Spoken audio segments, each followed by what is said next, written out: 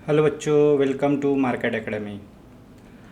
हम पढ़ रहे class 10th Maharashtra state board से चैप्टर नंबर 2 क्वाड्रेटिक इक्वेशन। आज हम इसमें देखेंगे प्रैक्टिस से 2.6 का क्वेश्चन नंबर फर्स्ट। तो क्वेश्चन नंबर फर्स्ट दिया है बच्चों हमें, product of Pragati's age 2 years ago and 3 years hence is 84। Find her present age. Product मतलब होता है मल्टीप्लिकेशन। क्या होता है बच्चों? प्रोडक्ट मतलब होता है मल्टीप्लिकेशन। ओके, तो अब हम क्या करते हैं, इसका सॉल्यूशन स्टार्ट करते हैं। तो सॉल्यूशन में हमें first of all present age पूछिए। तो देखो यहाँ पे क्या होता है, अगर मान लो अभी की एज अगर मान लो 12 years है, तो इन्होंने क्या किया, 2 साल पहले इसकी एज कितनी होगी, 2 माइनस करना पड़ेगा तो 10 आएंगी, और 3 years हेंस मतलब 3 साल बाद तो 3 ऐड करना पड़ेगा तब ये 15 होगा। तो यही सेम कंसेप्ट यहाँ पे हम लगाने वाले हैं। उसकी एज हम x कंसिडर करते हैं, 2 साल पहले क्या हो जाएगा, -2 किया तो 2, और यहाँ पे 3 ऐड करना पड़ेगा, हेंस बोला तो x + 3। इस टाइप का यहाँ पे सिस्टम चलने वाला है बच्चों। ओके, तो देखते हैं अब हम क्या करेंगे। सपोज़ हम उसकी प्रेजेंट एज कंसिडर कर रहे हैं x, जो कि आ गई है x ईयर्स। ओके, नेक्स्ट हम बिफोर 2 years मतलब 2 साल पहले, तो उसमें से 2 माइनस करना पड़ेगा। तो x में से, ये वाले x में से मैंने 2 माइनस कर दिया तो 2 साल पहले की प्रगति की एज पता चल गई, कितनी है, x - 2 years। Then after 3 years, 3 years बाद तो उसमें +3 करना पड़ेगा, जो प्रेजेंट एज है, तो x + 3।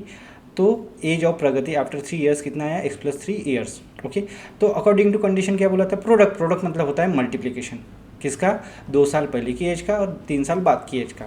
तो अकॉर्डिंग टू गिवन कंडीशन क्या होगा, x - 2 × x + 3 = 84। ओके, अब ये ब्रैकेट टू ब्रैकेट मल्टीप्लाई करेंगे हम।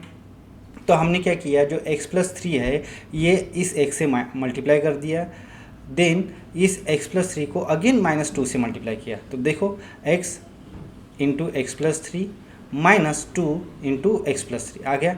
अब ये x इस ब्रैकेट को मल्टीप्लाई करेंगे और -2 इस ब्रैकेट को मल्टीप्लाई करेंगे, तो ये कैसे आएगा अभी यहाँ पे, तो इसको मैं इरेज कर देता।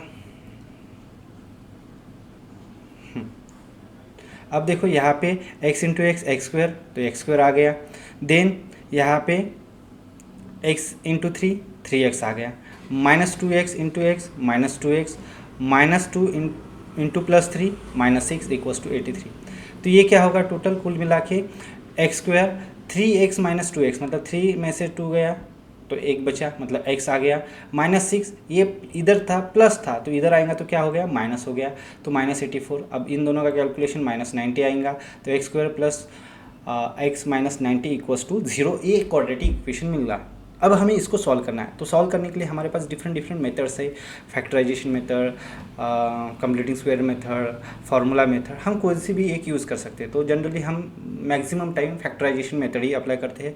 तो हमें जो इक्वेशन मिला था यहाँ पे x² + x - 90, हम क्या करेंगे, ये जो दिख रहा है x इसका कोएफिशिएंट कितना है, 1 है, इसको फैक्टराइज करेंगे, मतलब इसको डिस्ट्रीब्यूट करेंगे ताकि हम इसको फैक्टराइजेशन मेथड अप्लाई कर सकते हैं। उसके लिए हमें क्या चाहिए, x² का कोएफिशिएंट 1 कोई भी रहा है इंटू कांस्टेंट टर्म, इनका मल्टीप्लिकेशन करते हैं, जैसे कि 1 × -90, क्योंकि x² का कोएफिशिएंट 1 है और कांस्टेंट टर्म -90, इनका मल्टीप्लिकेशन कितना आया, -90। -90 के ऐसे फैक्टर जिसका एडिशन सब्ट्रैक्शन x का कोएफिशिएंट मतलब इसके साथ 1 है तो 1 आना चाहिए।